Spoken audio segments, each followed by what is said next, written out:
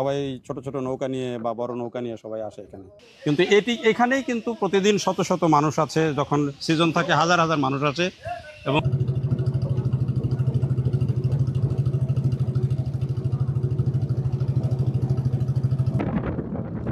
এখানে আমরা চলে আসলাম এই যে কৃষিখালী বাজার, যেটি একেবারে চলনবিলের মাঝখানে।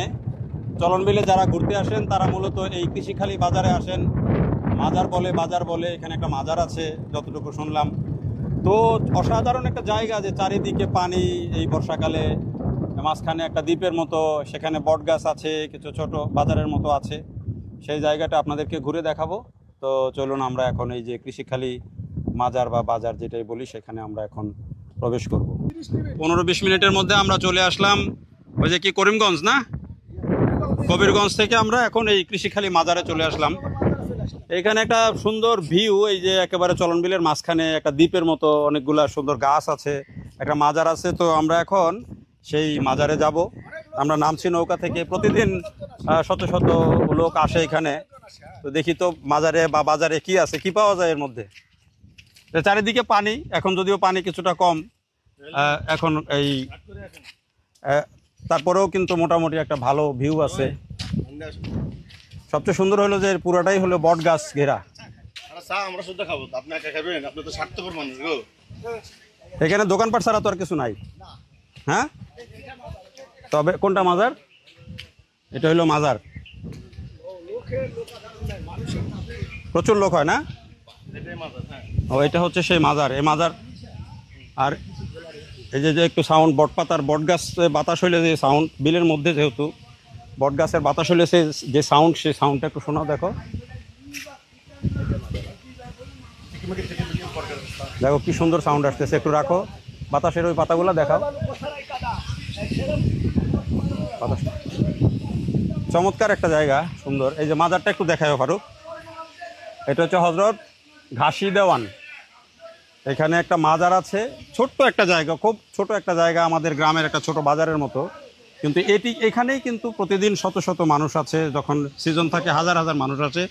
এবং এই যে এটা হচ্ছে মাজার, আর এই মাজারের চারিদিকে বট গাছ, ঝিরিঝিরি বাতাস, বেশ চমৎকার। আর পানি যখন পরিপূর্ণ থাকে তখন কিন্তু একেবারেই কি বলে যে চারিদিকে পানি থই থই। ওই দেখেন, এই যে এটুকুই হচ্ছে কিন্তু জায়গা, খুব বেশ বড় যে জায়গা তা না।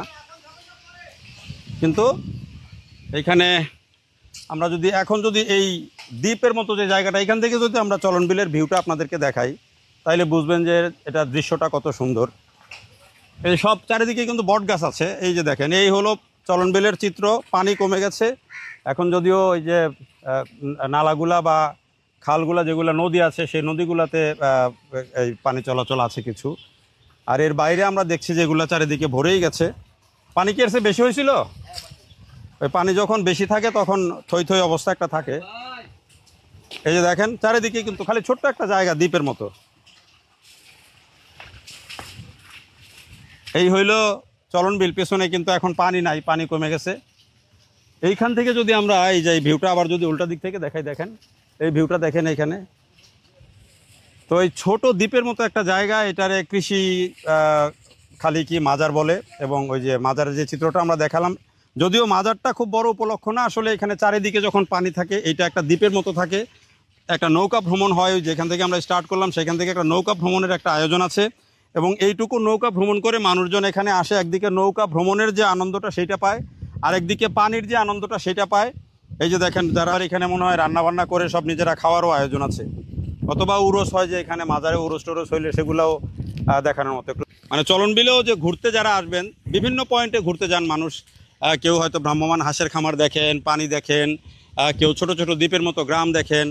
আর হলো এই যে এখানে কৃষিখালীর যে মাজার, সেই মাজারটাতে হচ্ছে অনেক মানুষ আসেন দুইটা কারণে। একটা হচ্ছে যে ওই নৌকা ভ্রমণটা হয়ে যায় খুব অল্প পরিসরে, সেটা আপনার ধরেন 15-20 মিনিটে চলে আসা যায় ওই কবিরগঞ্জ থেকে।